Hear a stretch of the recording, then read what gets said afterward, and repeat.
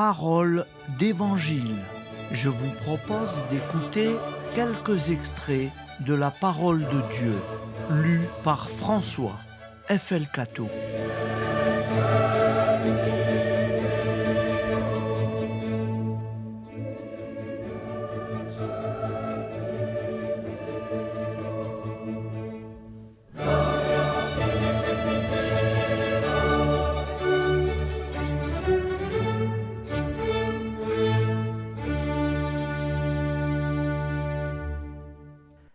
Évangile de Jésus-Christ selon saint Luc 6, 20, 26.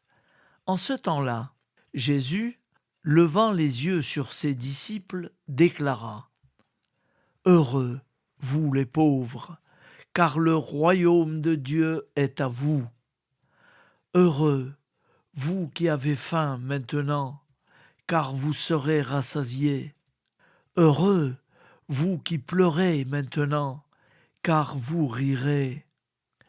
Heureux êtes-vous quand les hommes vous haïssent et vous excluent, quand ils insultent et rejettent votre nom comme méprisable à cause du Fils de l'homme.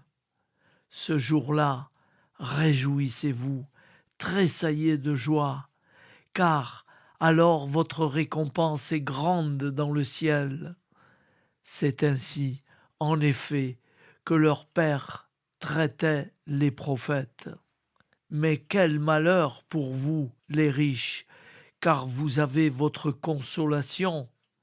Quel malheur pour vous qui êtes répus maintenant, car vous aurez faim. Quel malheur pour vous qui riez maintenant, car vous serez dans le deuil et vous pleurerez. Quel malheur pour vous lorsque tous les hommes disent du bien de vous. C'est ainsi, en effet, que leur Père traitait les faux prophètes. Acclamons la parole de Dieu. Louange à toi, Seigneur Jésus. Évangile de Jésus-Christ selon saint Marc. En ce temps-là, un lépreux vint auprès de Jésus. Il le supplia et, tombant à ses genoux, lui dit : « Si tu le veux, tu peux me purifier. » Saisi de compassion, Jésus étendit la main, le toucha et lui dit : « Je le veux, sois purifié. » À l'instant même, la lèpre le quitta et il fut purifié. Avec fermeté, Jésus le renvoya aussitôt en lui disant : « Attention, ne dis rien à personne, mais va te montrer au prêtre et donne pour ta purification ce que Moïse a prescrit dans la loi. Cela sera pour les gens un témoignage. » Une fois parti, cet homme se mit à proclamer et à répandre la nouvelle, de sorte que Jésus ne pouvait plus entrer ouvertement dans une ville, mais restait à l'écart dans des endroits déserts. De partout, cependant, on venait à lui. Acclamons la parole de Dieu. Louange à toi, Seigneur Jésus. Évangile de Jésus-Christ selon saint Luc 7,31-35. En ce temps-là, Jésus disait à la foule : « À qui donc vais-je comparer les gens de cette génération ? À qui ressemblent-ils ? Ils ressemblent à des gamins assis sur la place qui s'interpellent en disant : « Nous vous avons joué de la flûte et vous n'avez pas dansé. Nous avons chanté des lamentations et vous n'avez pas pleuré. Jean le Baptiste est venu. En effet, il ne mange pas de pain, il ne boit pas de vin. Et vous dites : c'est un possédé. Le Fils de l'homme est venu, il mange et il boit. Et vous dites : voilà un glouton, un ivrogne, un ami des publicains et des pécheurs. Mais par tous ses enfants, la sagesse de Dieu a été reconnue juste. Acclamons la parole de Dieu. Louange à toi, Seigneur Jésus. Saint Aphrahate, le Perse, Anachorète, en 378. Alors je vais vous expliquer ce que veut dire Anachorète pour les personnes qui ne savent pas.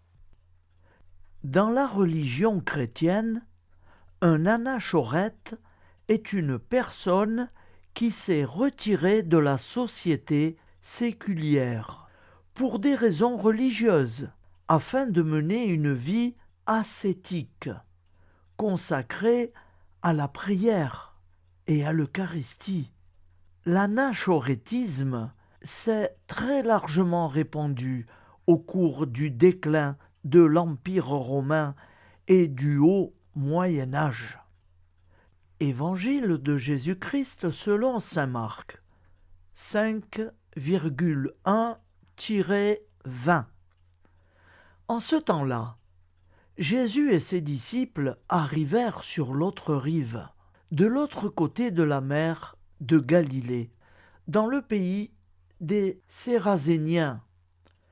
Comme Jésus sortait de la barque, aussitôt un homme possédé d'un esprit impur s'avança depuis les tombes à sa rencontre. Il habitait dans les tombeaux, et personne ne pouvait plus l'attacher, même avec une chaîne. En effet, on l'avait souvent attaché avec des fers aux pieds et des chaînes.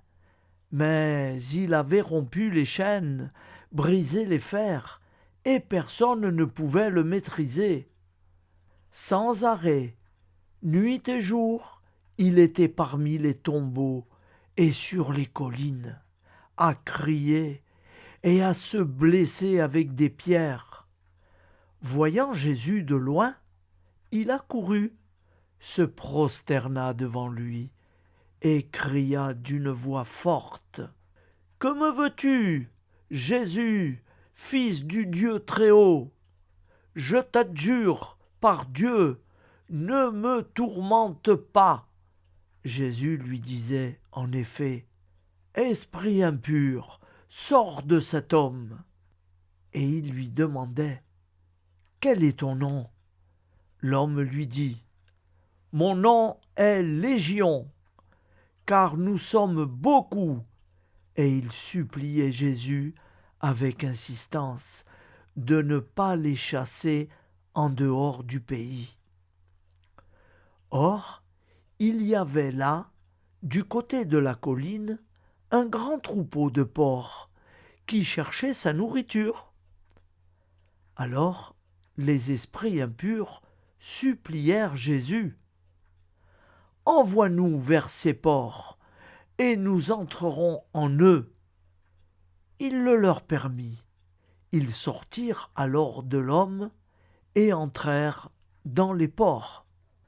Du haut de la falaise, le troupeau se précipita dans la mer.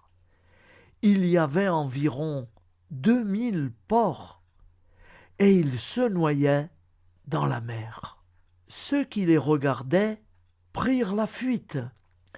Ils annoncèrent la nouvelle dans la ville et dans la campagne, et les gens vinrent voir ce qui s'était passé. Ils arrivent auprès de Jésus, ils voient le possédé assis, habillé et revêtu à la raison, lui qui avait eu la légion de démons, et ils furent assis de crainte. Ceux qui avaient vu tout cela leur racontèrent l'histoire du possédé et ceux qui étaient arrivés au port. Alors ils se mirent à supplier Jésus de quitter leur territoire. Comme Jésus remontait dans la barque, le possédé le suppliait de pouvoir être avec lui. Il n'y consentit pas, mais il lui dit : « Rentre à la maison auprès des tiens.